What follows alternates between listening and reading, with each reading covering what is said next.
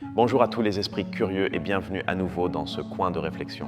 Aujourd'hui, nous nous embarquons pour un voyage vers l'Orient en remontant le temps de plus de 2500 ans. Nous allons explorer une philosophie qui ne cherche pas à conquérir le monde, mais à s'écouler avec lui. Nous parlons du taoïsme et de sa figure centrale, le mystérieux Laozi. Son œuvre, le Tao Te Ching, est l'un des textes les plus traduits et les plus vénérés de l'histoire humaine. Mais qu'est-ce que le Tao exactement ? Et pourquoi son message de non-agir résonne-t-il autant dans notre ère d'hyperactivité ? Avant de commencer, un bref commentaire. Pour donner vie à ce récit, j'ai utilisé des outils d'intelligence artificielle afin de générer les images que vous voyez. Considérez-les comme une toile, une manière d'illustrer les idées et l'ambiance de ce que nous racontons. J'espère de tout cœur que vous apprécierez. Pour comprendre le Tao, nous devons d'abord nous situer dans le contexte. Imaginez la Chine du VIe siècle avant Jésus-Christ. Ce n'était pas une époque de paix et de méditation sous les cerisiers. C'était la période dite des printemps et des automnes, prélude au royaume combattant. Le tissu social se désintégrait, les seigneurs féodaux se battaient pour le pouvoir, la corruption était rampante et la vie humaine valait très peu de choses. Au milieu de ce chaos, des penseurs ont émergé, cherchant une solution, un moyen de restaurer l'ordre et l'harmonie perdue. Alors que Confucius proposait des règles strictes, des rituels et des hiérarchies sociales pour réparer le monde, une figure légendaire nommée Laozi a proposé quelque chose de radicalement différent. Il n'a pas suggéré de construire plus de structures, mais de revenir à la simplicité de la nature. Mais qui était Laozi ? Son nom signifie littéralement « vieux maître ». Certains historiens débattent pour savoir s'il a existé en tant qu'individu unique ou s'il est un recueil de sagesse orale. La légende raconte qu'il était archiviste à la cour impériale de la dynastie Zhou. Lassé de la décadence morale de la cour, Laozi décida de s'exiler. Il monta sur un buffle d'eau et se dirigea vers l'ouest, vers les montagnes et la solitude. Cependant, en arrivant au col de la frontière, un garde nommé Yin Shi le reconnut et lui demanda une faveur. Le garde lui dit « Maître, puisque vous allez vous retirer du monde, je vous prie d'écrire un livre pour m'instruire. » Laozi accepta et écrivit 5000 caractères. Ce texte est ce que nous connaissons aujourd'hui sous le nom de Tao Te Ching, le livre de la voie et de la vertu. Ce petit livre contient 81 courts chapitres, parfois en vers, parfois en prose. C'est un texte dense, poétique et profondément énigmatique. Il ne se lit pas comme un manuel d'instruction, mais comme une collection de paradoxes conçus pour briser notre logique. Entrons dans le vif du sujet. Le concept central est bien sûr le Tao, mais c'est là que le problème commence. La première ligne du livre dit « Le Tao qui peut être exprimé n'est pas le Tao éternel. Le nom qui peut lui être donné n'est pas son nom éternel. » Laozi nous avertit dès le début que le langage humain est limité. Les mots sont des étiquettes que nous mettons sur les choses, mais ils ne sont pas les choses elles-mêmes. Le Tao est la réalité ultime, l'origine sans nom du ciel et de la terre, quelque chose qui échappe aux définitions. Si nous devions le décrire, nous pourrions dire que le Tao est l'ordre naturel de l'univers. C'est la force qui fait changer les saisons, tourner les planètes et croître les plantes. Ce n'est pas un Dieu personnel qui juge, mais un principe générateur. Pour nous aider à comprendre, Laozi utilise des métaphores et la plus célèbre est celle de l'eau. L'eau est douce et cède, mais avec le temps, elle peut user la pierre la plus dure. L'eau cherche les endroits bas que les autres méprisent. Et pourtant, elle nourrit tous les êtres. Cette préférence pour ce qui est bas, sombre et doux est révolutionnaire. Dans un monde qui valorise la force, la hauteur et l'éclat, le taoïsme nous invite à regarder la puissance de ce qui semble faible. C'est le paradoxe selon lequel la véritable force réside dans la souplesse. Pensez-y un instant. Un arbre rigide et sec se brise facilement lors d'une tempête. Un bambou ou un saule qui ploine sous le vent survivent. Laozi nous dit que la rigidité est la compagne de la mort, tandis que la souplesse est la compagne de la vie. Un autre concept fondamental pour comprendre l'ontologie taoïste est la relation entre l'être et le non-être. Nous avons tendance à penser que seul ce qui existe physiquement a de la valeur. Mais Laozi nous invite à contempler l'utilité du vide, de l'espace qui n'est pas occupé. Il dit « Nous modelons l'argile pour faire un vase, mais c'est le vide intérieur qui le rend utile. Nous construisons des portes et des fenêtres pour une maison, mais c'est l'espace vide qui nous permet d'y habiter. L'être donne la forme, mais le non-être donne l'utilité. Cela a des implications profondes pour notre vie. Nous remplissons souvent notre agenda, notre esprit et notre maison de choses, pensant que plus est mieux. Le taoïsme suggère que nous avons besoin d'espaces vides, de silence et de pause pour que la vie puisse réellement circuler. Passons maintenant au concept éthique et pratique le plus célèbre du taoïsme, le Wu Wei. Traduit littéralement, cela signifie non-agir ou action sans effort. Mais attention, c'est ce qui est le plus mal compris en Occident. Cela ne signifie pas la paresse ni la passivité. Le Wu Wei ne consiste pas à rester sur son canapé en attendant que la vie passe. C'est l'art d'agir en harmonie avec le flux des choses. c'est agir sans forcer, sans lutter contre le courant. C'est la différence entre nager à contre-courant et utiliser le courant pour avancer. Imaginez un maître artisan, un menuisier ou un musicien. Lorsqu'ils sont au sommet de leur art, ils ne réfléchissent pas étape par étape à ce qu'ils font. Ils s'écoulent simplement. L'action se produit à travers eux. C'est cela le Wu Wei, une spontanéité cultivée et parfaite. Laozi utilise constamment l'exemple de la nature. Les plantes ne s'efforcent pas de pousser, elles poussent simplement. Le soleil ne s'efforce pas de briller. Tout dans la nature accomplit sa fonction sans anxiété, sans hâte et sans prétention. Seul l'humain s'efforce. Le problème humain, selon Laozi, est l'excès de désir et d'intellect qui interfèrent avec notre nature spontanée. Nous essayons de contrôler le futur, de manipuler les autres et de forcer les résultats. Cela crée de la résistance et finalement de la souffrance. Le Wu Wei est aussi une stratégie politique. Laozi conseille aux dirigeants de gouverner avec le moins d'interférences possible. Il dit « Gouverne un grand État comme tu cuisinerais un petit poisson », c'est-à-dire ne le manipule pas trop, sinon il se décomposera. Le meilleur dirigeant, selon le Tao Te Ching, est celui dont l'existence est à peine remarquée par le peuple. Quand son travail est fini et son but atteint, les gens disent « Nous l'avons fait nous-mêmes ». C'est le leadership qui donne du pouvoir sans l'imposer, qui guide sans traîner. Cela contraste fortement avec la vision moderne du leader charismatique qui cherche le devant de la scène. Pour Laozi, l'ego est le grand obstacle. Le sage se place en dernier et paradoxalement, c'est pour cela qu'il finit en tête. En ne rivalisant avec personne, personne ne peut rivaliser avec lui. Parlons maintenant des 3 trésors que Laozi dit garder et protéger. Le premier est la compassion ou l'amour inconditionnel. Le deuxième est la frugalité ou la modération. Et le troisième est de ne pas oser être devant les autres, c'est-à-dire l'humilité. La compassion génère le courage. La frugalité génère l'abondance, car celui qui sait qu'il a assez est riche. Et l'humilité permet l'apprentissage et la croissance. Ces valeurs sont l'antidote à l'agressivité, à la cupidité et à l'arrogance. Un concept fascinant est celui du pu ou le bloc de bois brut. Il représente l'état originel de l'esprit et de la nature humaine avant d'être sculpté par la société, les préjugés et les désirs artificiels. C'est de la potentialité pure. La société nous sculpte constamment. Elle nous dit ce que nous devons vouloir, comment nous devons nous comporter, ce qu'est le succès. Laozi nous invite à revenir à l'état de pu, à cette simplicité authentique où nous n'avons besoin d'impressionner personne et où nous sommes complets. Cependant, comment appliquons-nous cela au XXIe siècle? Nous vivons dans la société de la fatigue, de l'auto-exploitation. Le message de Laozi est plus radical aujourd'hui que jamais. Il nous dit que s'arrêter n'est pas perdre son temps, mais retrouver son axe. Il nous enseigne que la douceur l'emporte sur la dureté. Dans une discussion, souvent, céder un peu. Écouter et ne pas réagir avec colère désarme l'adversaire plus efficacement qu'un cri. C'est la tactique de l'eau, contournant le rocher, sans le heurter. Il nous parle aussi de la connaissance. Laozi dit « Celui qui connaît les autres est intelligent, celui qui se connaît lui-même est éclairé. Celui qui vainque les autres est fort, celui qui se vainque lui-même est puissant. » Le véritable champ de bataille est intérieur. Cette introspection n'est pas égoïste. En nous apaisant nous-mêmes, nous apaisons notre environnement. Le chaos extérieur est souvent un reflet de notre chaos interne. Si nous voulons la paix dans le monde, nous devons commencer par le silence dans notre propre esprit. Laozi critique également l'excès de connaissances intellectuelles qui nous éloignent de la sagesse vécue. Accumuler des données n'est pas la même chose que comprendre comment fonctionne la vie.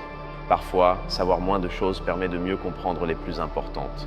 C'est la distinction entre la connaissance qui divise et classifie et la sagesse qui unit et comprend la totalité.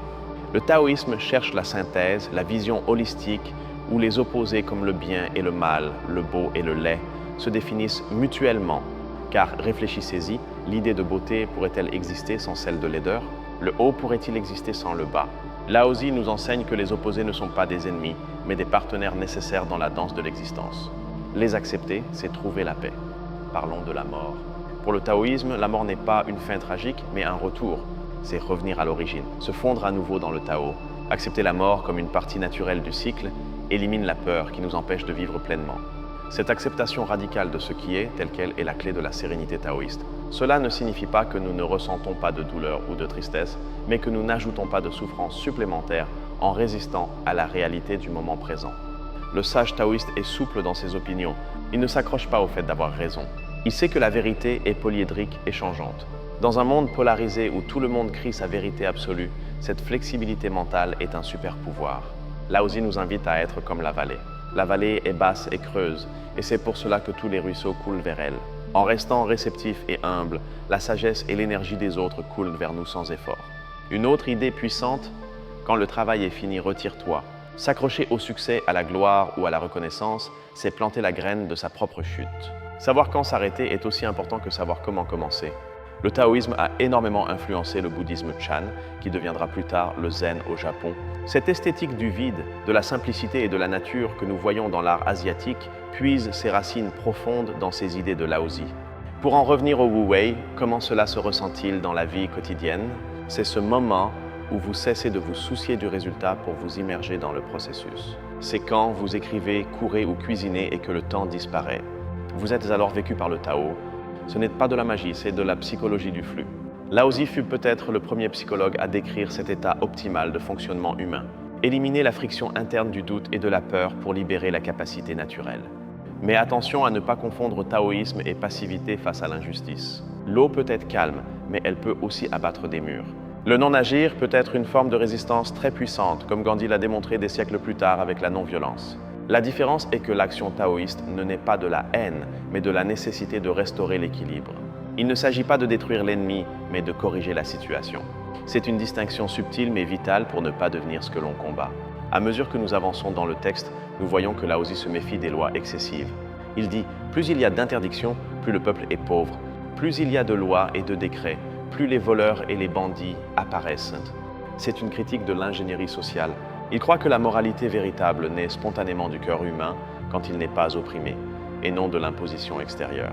La bonté forcée n'est pas de la bonté, c'est de l'obéissance. Imaginez une société où la confiance mutuelle remplace les contrats légaux interminables. Cela ressemble à une utopie, mais Laozi nous rappelle que dans les petites communautés anciennes, c'était la norme. Nous avons gagné en complexité, mais nous avons perdu en confiance. Le sage taoïste marche dans le monde avec précaution, comme celui qui traverse une rivière gelée en hiver. Il n'est pas impulsif. Il observe, sent le terrain et ne bouge que lorsque le moment est opportun. Cette attention pleine est une forme de respect pour la réalité. Laozi nous parle aussi de la relativité des valeurs. Ce qui est un déchet pour l'un est un trésor pour l'autre.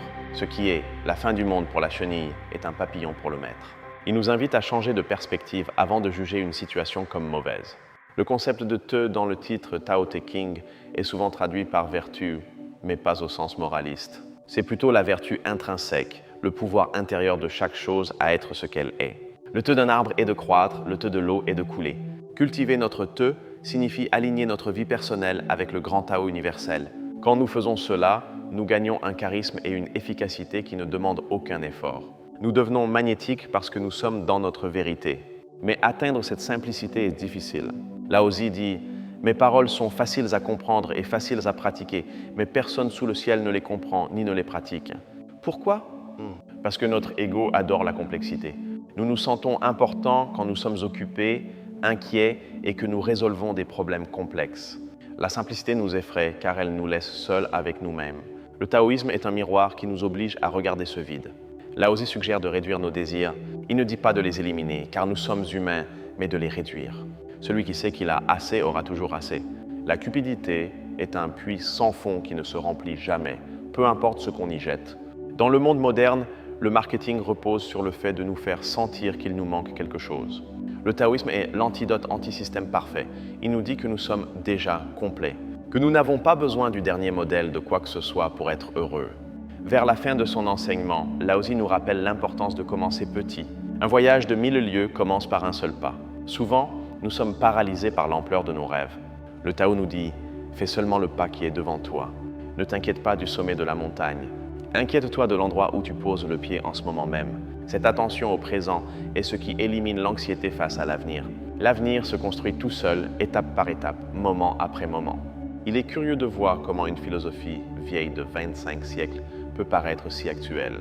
Peut-être parce que la nature humaine n'a pas tant changé, nous avons toujours peur, nous voulons toujours contrôler et nous continuons à en souffrir. Le taoïsme ne vous demande pas d'aller vivre dans une grotte.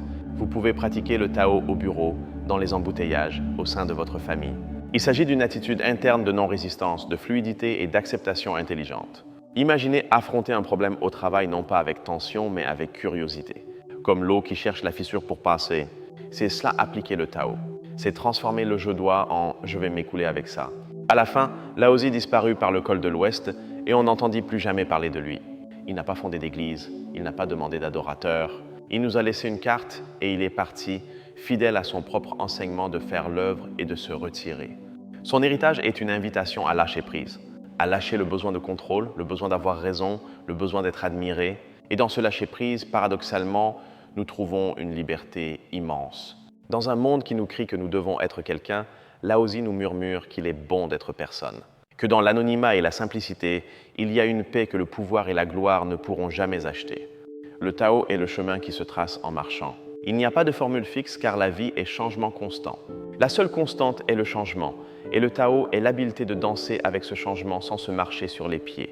Ainsi, la prochaine fois que vous vous sentirez submergé, souvenez-vous de l'eau, souvenez-vous de la vallée.